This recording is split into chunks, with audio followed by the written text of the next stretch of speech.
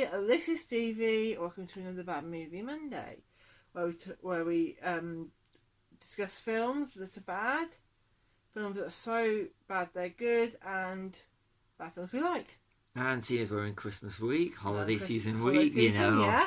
And this is, so we are now, Love Actually is all around, or is it? Well, it's on Bad Movie Monday, so not so much. It was made on a budget of $40 million, grossed worldwide $250 million, written and directed by Richard Curtis. I believe this is his first movie as director. It's his first director and Richard Curtis, who you will know from Forward, is the writer of Four Weddings and a Funeral, Notting Hill, The Boat That Rocked, About Time, which he wrote and directed, did, and Yesterday, and Vincent and the Doctor episode of Doctor Who, and Blackadder. And Blackadder, he was involved in the Blackadder. I think it was the first one, but the sequels, yes, 2, 3, and Blackadder goes fourth. Yep. Stars a really good cast, including Bill Nighy, Gregor Fisher, Colin Firth, Emma Thompson, Liam Neeson, and favourite of ours, Hugh Grant and Alan Rickman. Hugh Grant, who was brilliant recently. He was brilliant, in the horror movie Heretic, but Alan Rickman,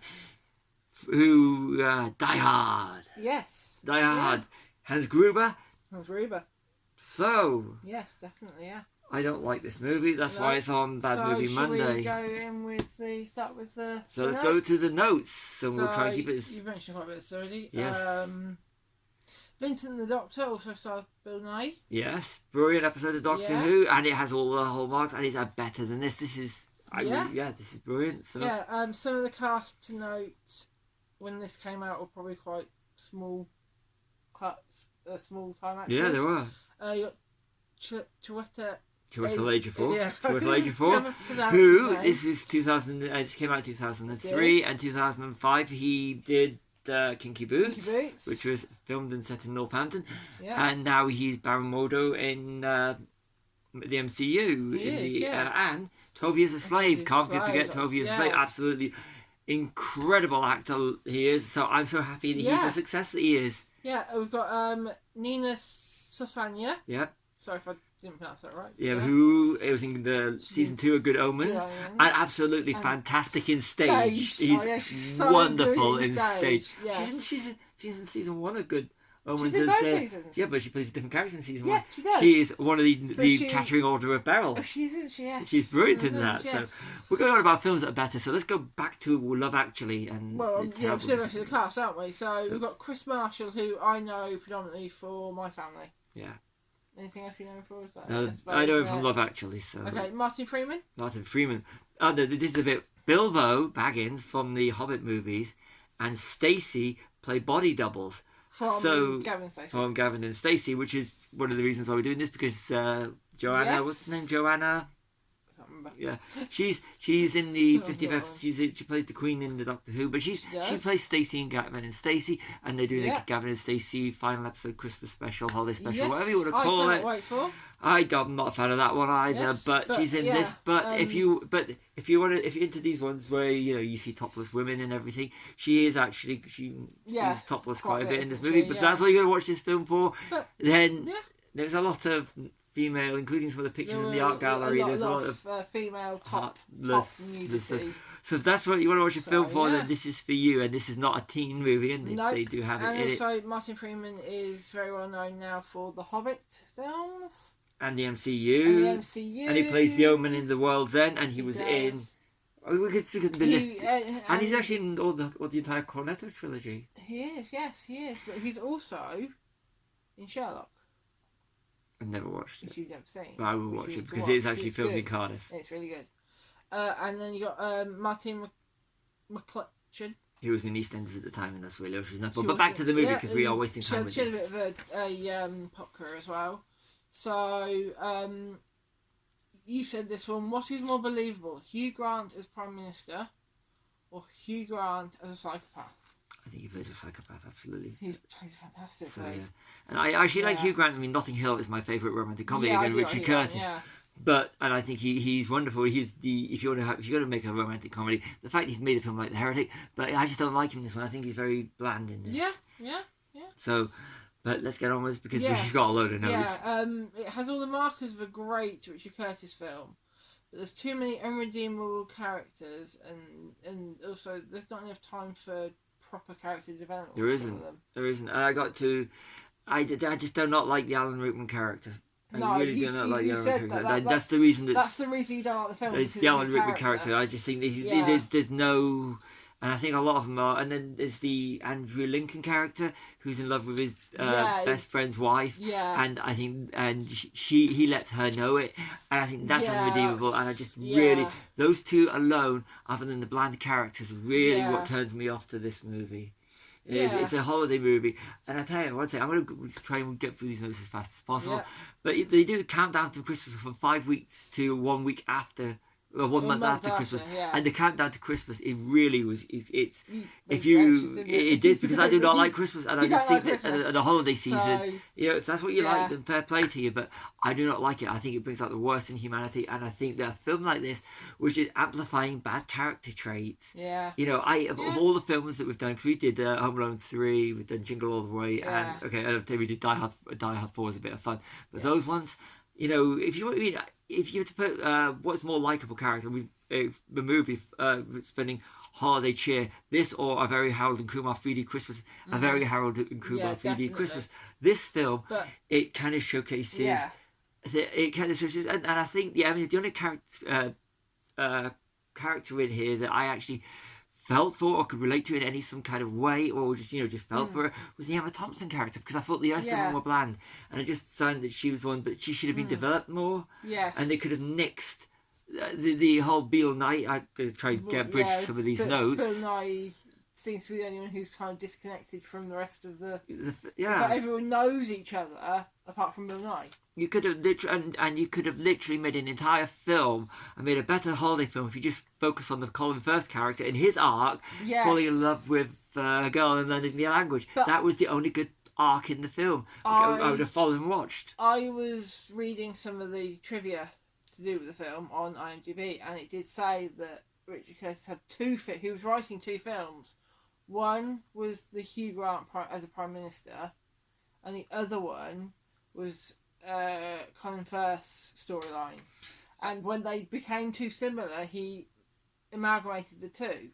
If he had done 2 separate films, there might have been more. There would have been more time for character development. But if you just focused on the 2 characters rather than the rest of them are just excess baggage, and just the Hugh Grant and the Colin Firth, and having the Bill Nighy one as an overriding arc throughout the whole thing. That would have made for an interesting thing, but with all the other characters, kind of like just didn't like. I just didn't like it. So. Right. Okay. So. We've got there's a lot of emphasis on Bill Nighy's character's Christmas single. Very gimmicky song. Yep. And there's a bit of a battle, isn't there, between him and another band. Yeah, the UK band Blue. It's very reminiscent of the battle for number 1 in 2003. Which was a little bit of trivia for you. It was The Darkness. Don't Get the Bells. And Gary Jules with Mad World, which was from Donnie Darko. This is a little bit of trivia, because this is when CD sales is physical. Yeah, it mattered, didn't it? It actually, Gary Jules' Mad World won on the last minute, because all the Donnie Darko fans went out and bought multiple copies, because it's featured in the wonderful Donnie Darko. How many copies did you buy? I got 4. 2 of each kind version. And I actually bought the second set because I really wanted to have an alternative song at Christmas for number 1. Fair enough. That was when the charts meant something. It's a bit like a few years ago when they tried to get Killing in the Name of. Yeah, they did. Took a couple of times to get there though. Or try to get AC/DC for number 1. Yeah, something like that. Yeah, it's just that nowadays it is easier because it's all downloads and streams. But when you had to physically go out and buy the music, this is the only one positive thing I can say about this movie. It's a product of its time. You can actually see when the Christmas singles charts in the UK meant something. Yeah, it does. The only other thing I ever liked about this movie is when you see London and all the stock footage, all the footage they recorded of London at Christmas and during the holiday seasons. Actually, London does look that good. Yeah. So it's beautiful actually seeing London and key areas of London lit up. So that's the only 2 things I really liked about. Yeah. One thing is that we'd like to know what film Martin Freeman. Martin Freeman and my name is now. Joanna. I will find this out when we're doing this. Yeah, I would like to know. But I'm not sure. Yeah, Joanna Page does sound right. It sounds right. Yeah, but I would like to know what film they're doing. They're having to be body doubles and do all that. Yeah, that'd be interesting to know who they're being body doubles for. Yeah, that would have made for an interesting. But then again, if this film was made today, Joanna Page. Yeah, if this film was being made today, would we actually see trailers for the film that they were actually shooting and see who they were playing? Yeah, that would be interesting. You said about Rob C. Nesbitt in love with Bill Nye's character. Yeah, I kind of like that. The manager and everything, how the aging rocker and everything. I think it's more of a platonic love, isn't it? It's friendly. It's still nice. They have a great chemistry. They do. Yeah, Bill Nighy was actually another highlight of this movie. Yeah. But like I said, it was let down by the primary. Yeah. Yeah. Yeah. He was the only bit I actually laughed at was Bill Nighy, but he's brilliant in everything, especially anything he does with Richard Curtis. Look at it, The Boat That Rocked and About Time. And he's in the Vincent and the Doctor. Yeah. He's not a critic or something. Yeah, he's brilliant in that. Really good, Richard Curtis, honestly, Richard Curtis is one of my favourite writers when he comes to do things right. He does it right. He writes the definitive romantic comedy in Notting Hill, and The Boat That Rocked is a heavily underrated film. Yeah, it is. And he's brilliant. Bill Nighy is... Pirate Radio, as it's known in the States. Yeah. Great soundtrack as well. Very amazing soundtrack. We were listening together, actually, weren't we? Hi Ho, Silver Lining. Yes. So, you said it's officially 45 minutes too long. Yeah, when I start looking at this... I'm surprised you didn't say it's officially 2 hours and 13 minutes or too long or something like that. It's at the 1.5 hour marker, and they've got 45 minutes. It seems to be that's the point where the film ends, and it's wrapping up for the next 45 minutes, and it drags.